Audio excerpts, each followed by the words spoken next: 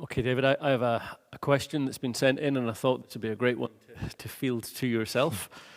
It's based on, the question kind of came after a Bible study that I took a few weeks back on the subject of divorce. The text that I was looking at was in Matthew 5, it's verses 31 and 32, where it says, "It was also said, whoever divorces his wife, let him give her a certificate of divorce. But I say to you, that everyone who divorces his wife except on the grounds of sexual immorality makes her commit adultery, and whoever marries a divorced woman commits adultery." So the question on the back of that went like this: I am so confused, and also with how divorce sits within our Christian belief. Last night's Bible study is what was referenced from that text. And the question is, Kenny highlighted, if I understand it correctly, that one should divorce, say, a wife or a husband on the grounds of immorality, such as adultery. And yet I've seen Christian friends who have divorced husband, wife on religious grounds. That is, one other is possibly an agnostic, an atheist, and a partner now a born-again Christian. Help me navigate my journey in this. So I think you understand the question fairly well. Yeah. How would you answer that one? It's a big issue, Kenny. It's a big issue in the Christian church, divorce. And it's not easily done. I appreciated your teaching, which was very clear on Wednesday you did it. And to those people that are confused by it, I'm not surprised, but you don't need to be. What we need to do here is to have a forum to discuss and to talk about and to set in order these things that are troubling people, because it's not being dealt with generally in the Christian church at all. I don't feel at any rate, but it certainly is an issue. Can I recommend two excellent resources, and I want to push these things out so that people can do their own reading as well.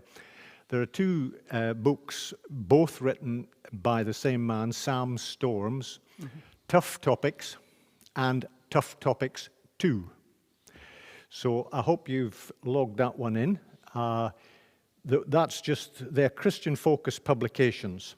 So perhaps you could maybe get a hold of them on Amazon or somewhere like that.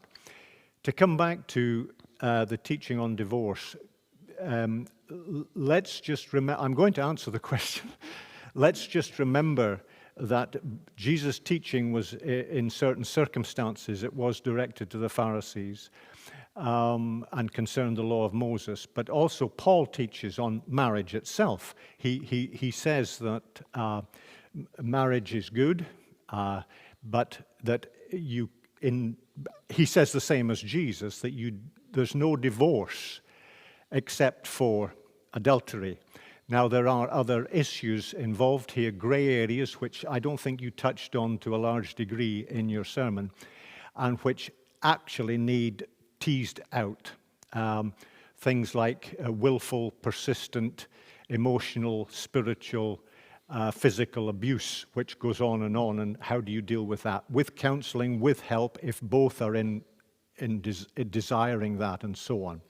So I'm just pushing that out there to say, I'm going to answer this question. It's very straightforward. I think what is being asked here, I hope it is anyway, that today is in the marriage of two unbelievers who have got married without any God involved in it. A man and a woman we're dealing with. Jesus dealt with divorce and marriage between a man and a woman. Paul deals with divorce between marriage and divorce between a man and a woman. We're not talking about anything else, just between a man and a woman. So in the marriage of two unbelievers, if one comes to faith and the other does not, should the believer divorce the one who doesn't believe? And the straightforward answer is no. However, Paul deals specifically with this, and to those who are watching who want an answer here, in 1 Corinthians chapter 7, verse 12 to verse 16, deals with it categorically. And I'm going to paraphrase it for you because I think that's probably the easiest.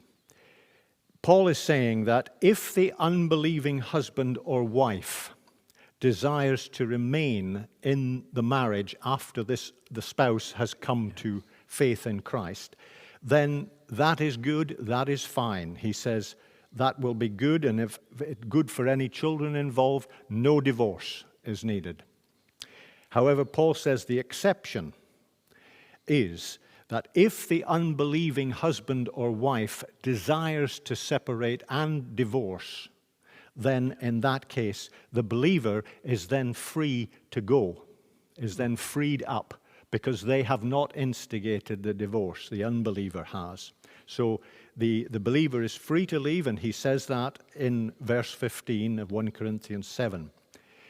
And also, may I say, that it seems to me that he or she who has been released from the marriage, the believer, is free to remarry after that, but only in Christ to a Christian. And that has been, personally, may I just say, that has been my own experience.